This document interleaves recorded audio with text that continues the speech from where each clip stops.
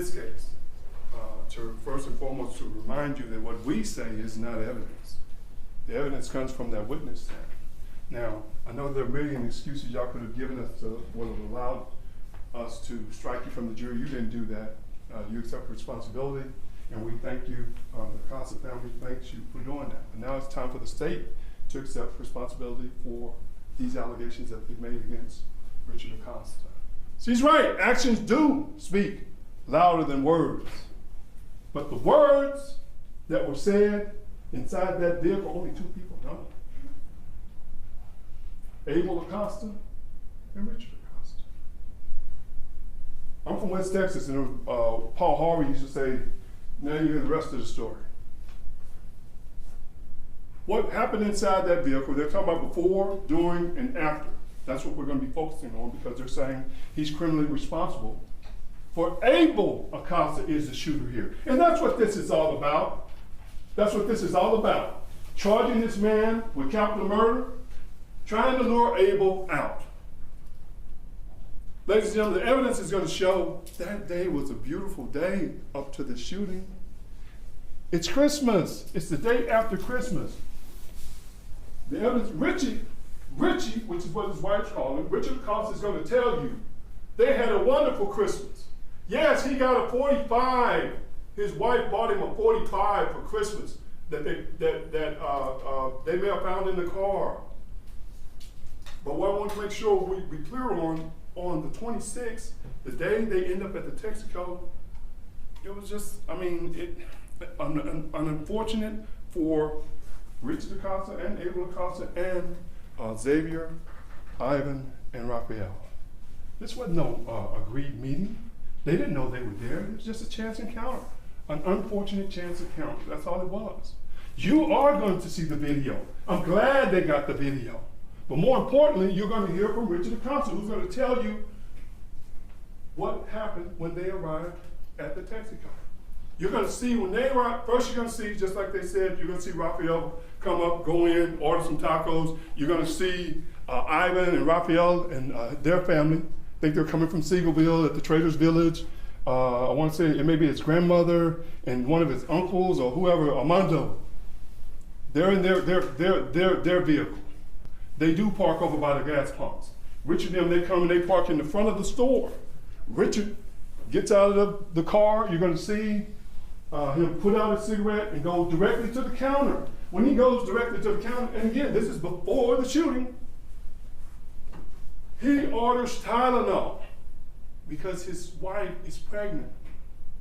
He's going to tell you, look, my wife is pregnant, she texts me. They didn't know he texted, they got the text messages. Text me, don't forget the Tylenol. They just left Kroger. More importantly, he's going to tell you that, look, I dropped Abel off at the mall. He's at the mall with one of his best friends, Jeremiah Padilla. They're at the mall for hours. He has those shorts on. He has those same shorts on. They're at the mall for hours. I believe Jeremiah is going to tell you that he had the same shorts on at the mall. But when he dropped him off, he didn't know he had a gun. And I believe the evidence is going to show that he has a gun at the mall. And thousands and thousands of people, he's walking around with a gun and nobody knows it. That's what the evidence is going to show. That's what the testimony is going to be. But let's focus on this video. Let's focus on the video and what you're going to see. What I believe you're going to see. What you're going to see is him go straight to the counter. He's not hiding his face. He goes straight to the counter, talks to the clerk, orders the Tylenol. You're going to see the clerk get the Tylenol. More importantly, you're going to see Ivan and Raphael walk right behind him. He doesn't look at them. They don't look at him. He doesn't know these guys from Adam. But more importantly, they're walking to the game room. That's what the video is going to show you. See, this store, you got a taco place over here, you got a convenience stand, you got a convenience store, but then you walk around where they got a smoke shop. They got a smoke shop, and they got a bunch of gambling machines where people are in there gambling. And the reality is that's what it really is. The gas pumps don't even work. It's really about the gambling and the smoke shop. The taco and the convenience store are just extra. That's what the evidence is going to show. Now, Richard's going to tell you, look, when I buy the Tylenol because my wife is not feeling well, I use my debit card. They got the receipts. You're going to see he gets the Tylenol, he goes back out into the car. At this time, he doesn't know these guys who've gone to the game room. That's where he saw him go. And yes, you are going to see him get in the car. You are going to see Abel with that black shirt on. You are going to see him sitting in that black shirt. More importantly, what you're going to see is you're going to see Abel pointing. You're going to see Abel pointing. And then at some point, you're going to see Richard pointing. You're going to see him pointing. All right? But he's going to tell you that, hey, I thought they went to the game room. But more importantly, when you watch the video, because they're going to take it frame by frame, you're going to see Abel laughing. You're going to see Richard laughing. Because Richard says, Abel is like, hey, I want to talk to them. They know who took my necklace. He's saying, who? He's saying the guy in the black and the other guy. He's saying, you talking about the guy with the mullet? They're laughing about Ivan's hairstyle. You're going to see on the video, because if they don't show you, I'm going to show you. They're laughing as they're backing back. They're laughing, they're jovial. And he's like, dude, it's Sunday night football. The Dallas Cowboys are playing the Washington Redskins at the time. I'm ready to go. I'm ready to go. Let's go. Abel wants to talk to Ivan and Raphael about his necklace. Who has my necklace? I know y'all know. He's like, forget the necklace. What do you mean that somebody took your necklace? You ain't told us about nobody taking your necklace. That's what he's going to tell you, that they're arguing about the necklace as they're slowly backing up. More importantly, you're going to see on the video that there's an exit here. You're going to see on the video there's an exit. And they start to exit. But what you're going to notice, if you look closely, you're going to see another car. The light changes. The light changes. So like many people that go to that same Texaco, when that light changes, they turn around and they go out the other exit. That's what you see. The whole time, Abel's talking about this necklace. He wants to go in and get the necklace. Now, what Richard also is going to tell you is that Abel is, Abel is going through his adolescence. He's had to put his hands on him a couple of times. His wife's not happy about that. Quit, don't put your hands on him. Abel's, So he's trying to keep Abel in the car because what the evidence is also going to show is that Abel has a habit of running away. He's running away. And then they don't know where he is unless he texts them and phones them, because he runs away. Abel's living a double life. So, you are going to see that vehicle. You're going to see his truck go over by the gas pumps. But more importantly, what I believe Ivan's family is going to tell you, and what Rich is going to tell you, is that he clips their truck, the windshield. He clips the rearview mirror. His mirror hits their mirror. His mirror hits their mirror because Richie and Abel are arguing. Abel wants to get out of the car. Richard is trying to hold him in the car. Abel comes out of his shirt because he doesn't want to be in the car. He wants to go check on his necklace. Now you made me hit these people's car. He's going to tell you, yeah, I'm sitting there. I'm thinking the guy's going to get out. I'm looking in the rearview mirror. I'm thinking the guy's going to get out. 30 seconds. I'm thinking he's going to get out. He's still talking about going in there to check on his necklace. You just made me hit these people's cars. See, this is what I'm talking about. Don't put your hands on me. Quit putting your hands on me. They're arguing. That's what happened. That's how the shirt comes off. But you don't see that.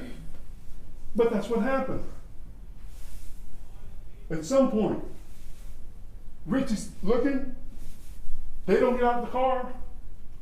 Well, the Cowboy game's on. I'm not going to sit there and wait for the police. And I'm not thinking, well, man, I guess I didn't hit that hard. Okay, all right, listen.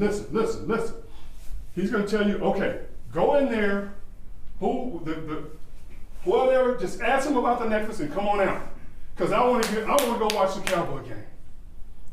So you see them drifting. You're drifting to the front. You see them drifting to the front. They're still arguing. Look, just go in. Your mom is not feeling well.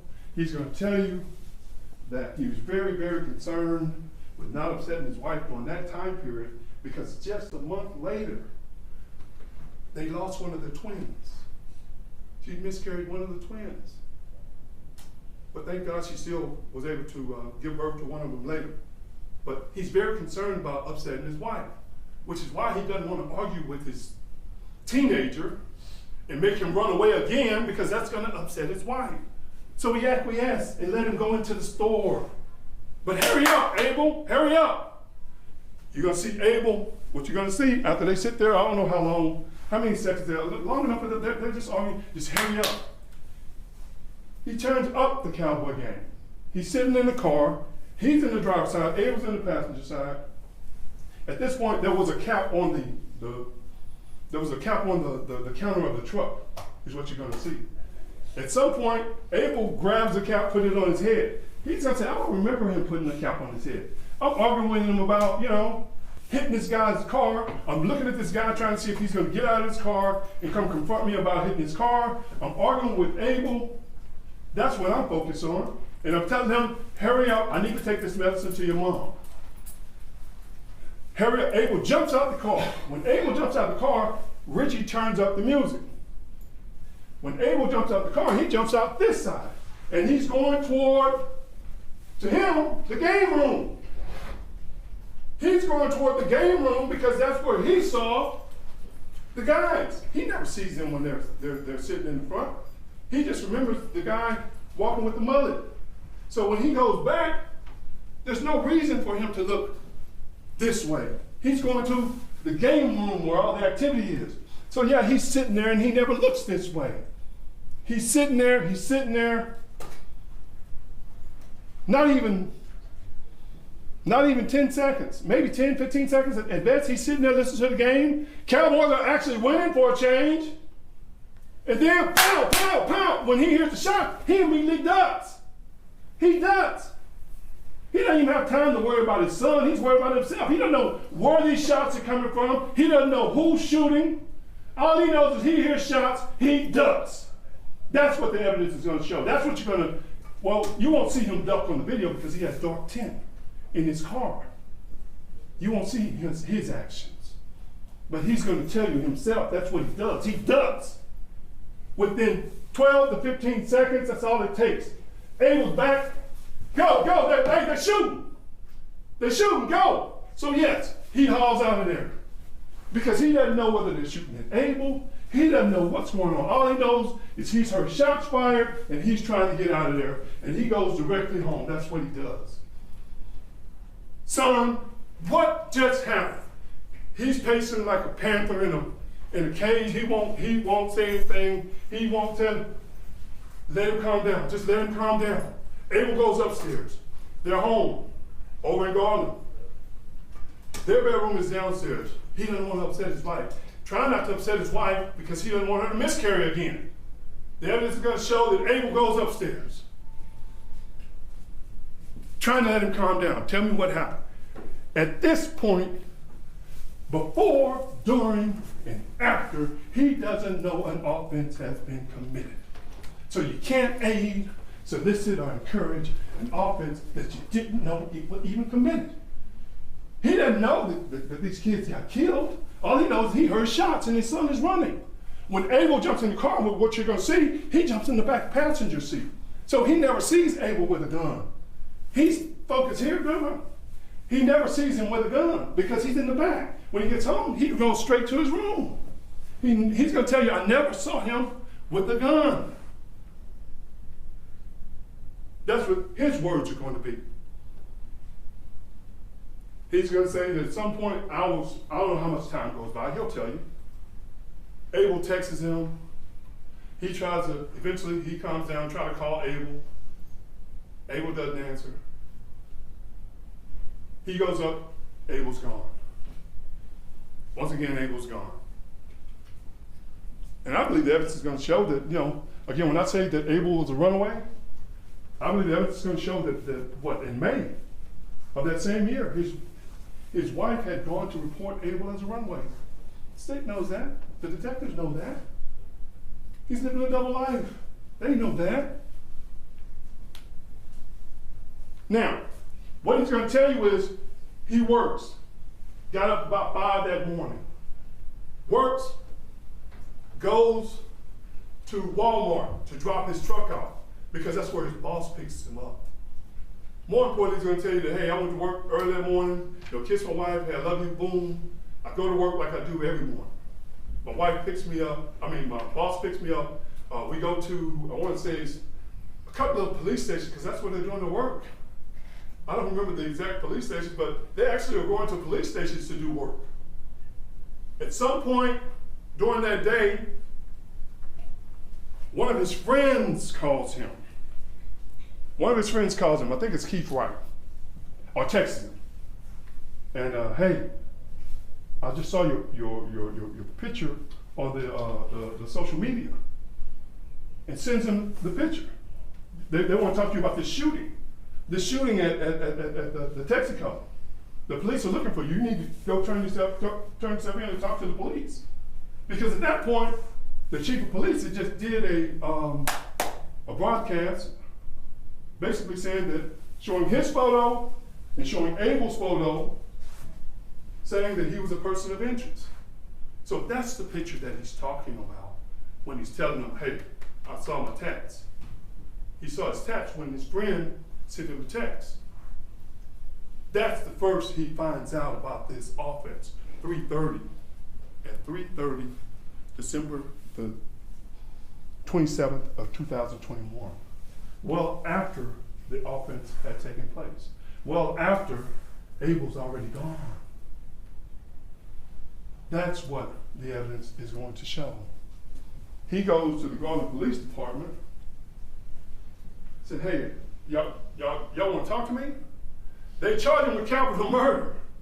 So then they put this mugshot out of him just laughing and smiling. He's like, what? Are you kidding me? Capital what? You're charging me with what? He's laughing like, what? So of course that's what they send out to make it look like he's so sinister and all this stuff, that he's laughing about these deaths of these kids. Because I wasn't laughing about the death of the kids. I wasn't laughing about the fact that my son was living a double life and would do something this horrific. I wasn't laughing. I thought it was laughable that they were trying to charge me. I was like, that's what I chuckled, because I couldn't believe they were charging me. 3 more minutes. Thank you, Judge. Ladies and gentlemen, again, you know from the voir dire, he didn't shoot anybody. The question is he criminally responsible? Is he a party? What did he do before, during, and after? Well, before we know they're not going to that location for that. We know that. And I submit to you that during, there's a reasonable explanation for what his actions are. He's going to tell you what his explanations are. He's going to tell you exactly what happened. More importantly, he's going to tell you that even after, when he takes Abel home, his actions, I think they go over to Fort Worth looking for Abel.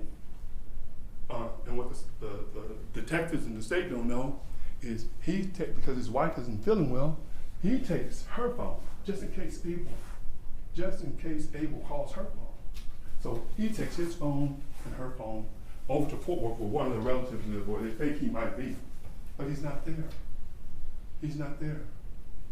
The evidence is going to show, and he's going to tell you, that not only did he not know that Abel was living a double life that would cause, this type of horrific offense, but he did not know and did not see his son firing into that store because his attention was diverted, listening to the Cowboy game, and wondering if they were going to confront him about hitting their car.